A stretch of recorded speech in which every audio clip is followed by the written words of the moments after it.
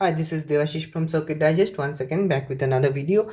And in front of me, the circuit you are seeing is the circuit for the ESP32 based client project. So this is our client right here. So as you can see, this ESP32 is configured as a client, and we also attached an OLED display with it, which is showing the server data, which is right here. This ESP is our server. This ESP is serving the temperature and humidity data from the temperature and humidity sensor.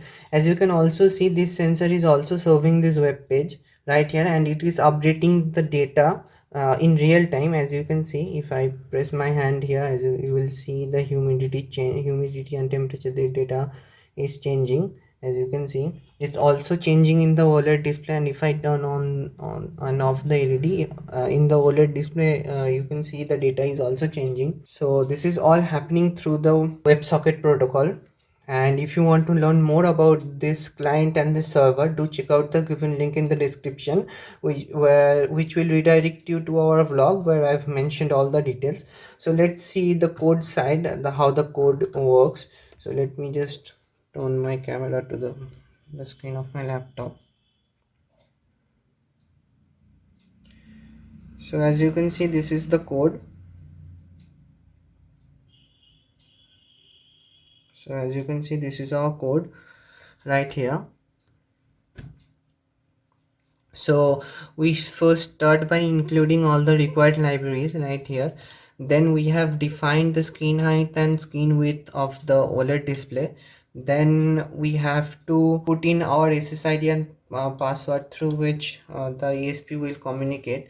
And then we've defined a WebSocket client instance through which we'll configure the ESP32 as a client. Next we have defined a static JSON document doc. So this is where the JSON data will be stored, and then we've initialized the display with screen height, screen width, and the wire library.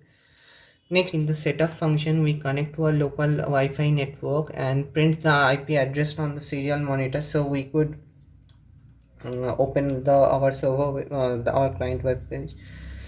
So next, we've initialized our OLED display, and if initialization is failed, then it prints the error data. Then we wait for 2 seconds and we clear all the display and set the text size, and we've set the color to white for better reading. Next, we initialize our WebSocket with the server IP address. This is the server IP address which I have got when I've flashed the server code to the server, and which is on port 81, and it's on the web root. And we also initialize this event instance. When a WebSocket event occurs, this function will be called. If the WebSocket connection failed, then we retry every 5 seconds to see if to check if WebSocket connection is open or not. Then we have our loop section. In the loop section, we keep the WebSocket alive by frequently calling the WebSocket loop instance. Next, we have the actual WebSocket event function where all the things happen. This function requires 3 parameters, which is this type. This is a enum actually, which is defined in the library. It returns the what type of data is coming from the WebSocket. Then we have our payload and the length of the payload.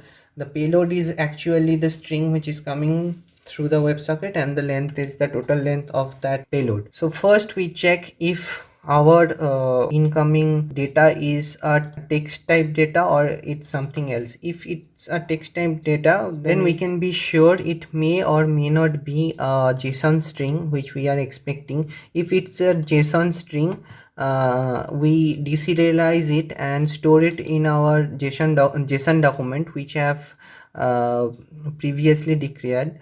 And if it's not a JSON string, then we print an error message. So next, if it's a JSON string, then we get the data with the help of the key which have defined in the server. This is our key which we have defined in the server, and once we get the data, we print it out just to debug. You can disable this if you do not want this. Next, we display all the data to our display. This whole section of the code is just to display the data.